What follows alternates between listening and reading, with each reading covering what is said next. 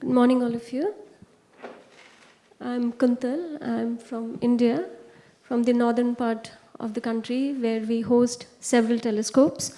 So today I'll be talking about a newly commissioned telescope, which is different than a conventional telescope. It's called the International Liquid Mirror Telescope, and it's a collaboration between several institutions across Canada and Belgium. And there are several other EU nations also which are involved in this telescope project. From India, Aries is leading this project, and I'm the principal investigator for this project from India. So here you see the location of the telescope. This is the telescope over here. Before moving on, I would like to just give you a brief glimpse of the telescopes that we have in India. So we've had a long tradition of transient astronomy in India for almost more than 2 decades, because as we all know that India lies in the middle of the 180-degree wide longitude band between the Eastern Australia and the Canary Islands. So we filled in very important data gaps in transient astronomy, and in several cases even reported the earliest observations. So Aries basically has 2 sites. One is located in Zenithal. It is about 10 kilometers from the city. And the other campus where we have most of our telescopes now is called the Devasthal site, which is 60 kilometers away from the Zenithal city. So this is a pristine site as of now. There is absolutely no light pollution. And we get sub-arc seconds seeing with the 3.6 meter telescope that was commissioned about a few years back. In the Manora campus in Nainital, we have the oldest 1 meter telescope called the Sampurnanand telescope. It is a 1 meter telescope. It was commissioned in 1972, and last year we celebrated the golden jubilee of this telescope. There is a small 50-inch Schmidt telescope, and there's also a very small 15-centimeter solar telescope, which observes in the H-alpha filter. In the Devasthal site, which is our new site, it's at an altitude of about 2,500 meters above the sea level. And this has 2 of the largest telescopes in the country, the 2 4-meter class telescopes that we host.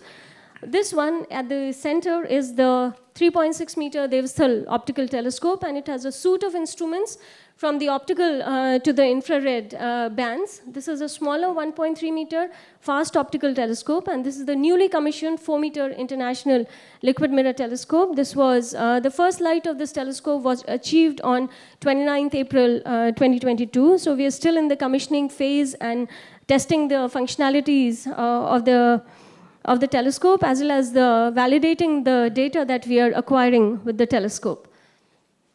Okay.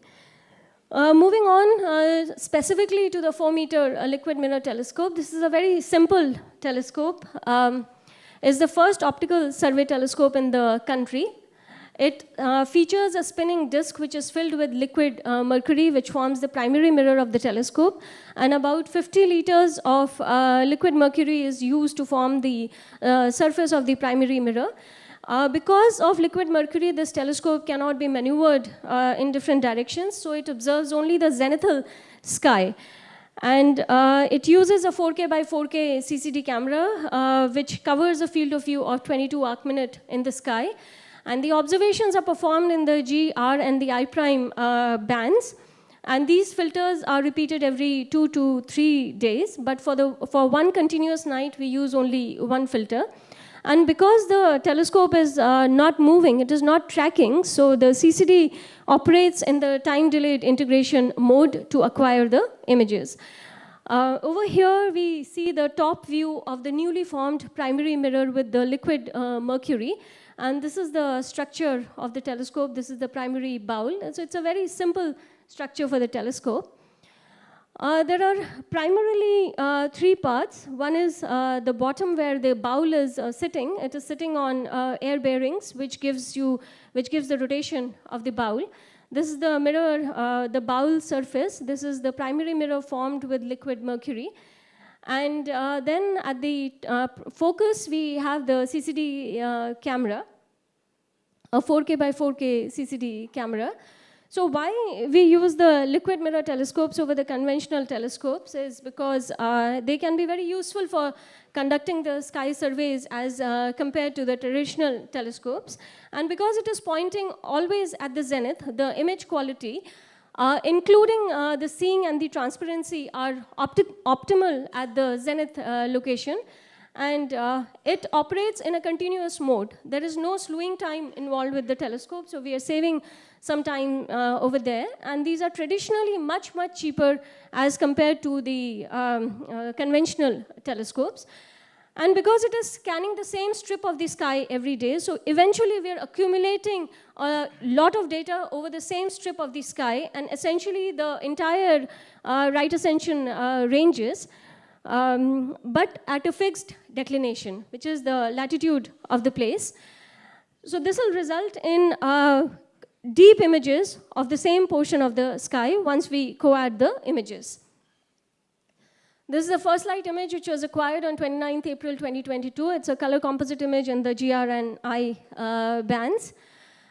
So ILMT covers a 22 arcminute wide strip. So over the entire night, it'll cover around 40 square degree of field, and this is the strip that it'll be observing. The blue here shows the SDSS sources lying in the strip, and the green ones are the Pan-STARRS, the sources which are cross-matched with the Pan-STARRS catalog. So essentially, we're covering the entire RA range. So not only these objects can be followed with the ILMT, but we'll also be discovering several new sources which will lie within this strip. So in one night, because it's surveying around 40 square degree of sky, it's generating about 20 gigabytes of data. So the data handling pipeline comes in very handy in accessing and handling the data. So a lot of these pipelines are being developed by the PhD students at ARIES. Some of them are here. They're presenting their posters on these specific pipelines. So please talk to them. They'll also talk to you to get your suggestions and feedbacks. The most critical component of this pipeline is basically the transient detection pipeline, where we want to detect the transients in almost real time by performing the image subtraction. Once we have a very good reference data set, and after the image subtraction, the transient classification uses a machine learning approach to classify the objects into different categories, which can then be followed up with several other telescopes for a clear classification. And also we plan to send out alerts to the community for the follow-up of the real transients that will be detected with the ILMT. So there are primarily three pipelines, as I mentioned. One which will perform the astrometry, the other which will perform the photometry, and the third and the most critical one is the image subtraction and the transient detection pipeline. So the preliminary, the first level of these pipelines are ready, and these are being validated on the data that we have acquired so far, and they're being refined with what complexities we are seeing in the data. These are the initial results. So we've reached astrometric accuracy of around 0.05 to 0.1 arcsecond while performing the astrometric calibration in the commissioning phase data, as well as the photometry when it is performed with respect to the Pan-STARRS catalog. We've achieved good confirmation between the photometry that we are performing with respect to the Pan-STARRS catalog, and they match quite well. And the limiting magnitude in a single exposure that we've achieved so far is 22 magnitude in GR and I bands, just with a little bit of variation in all three bands. But we hope to go deeper once we are in a position to stack the images from the same portion of the sky. So I already mentioned about this earlier. So since this is a survey, the most potential of the telescope as well as the survey lies in identifying the new transients and classifying them. So this is the template that we are adopting to perform the image subtraction as well as the three-way classifier methodology, where we classify the candidates into the supernovae candidates, the variable stars, and the asteroids or the orphan candidates. These are some of the examples of the subtractions that we have performed by using a reference image and a science image. There's a lot of work in progress for the transient detection pipeline. We have to build a strong database for the reference images. That will eventually happen once we acquire more and more data.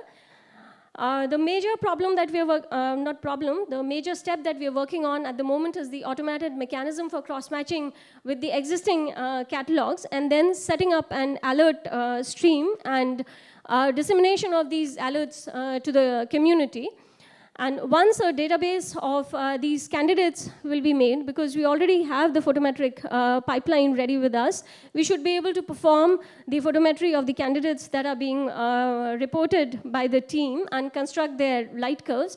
And that could also be used for the classification of these sources. Additionally, there is an immense room for improvement in the classifier performance, because we'll accumulate more data, and hence the training sample will also increase. So the telescope acquired the first light in April 2022. Then we had a first commissioning run during October-November 2022. And the October-November 2022 data, after performing the preliminary calibrations of cleaning the images and performing the astrometric calibrations, we've made the data public. And it's available in the Aries cloud, which can be downloaded by the users to use and give us feedback about the quality of the data. We plan to have the next data release in December 2023. This is for the data which was taken during March to June 2023.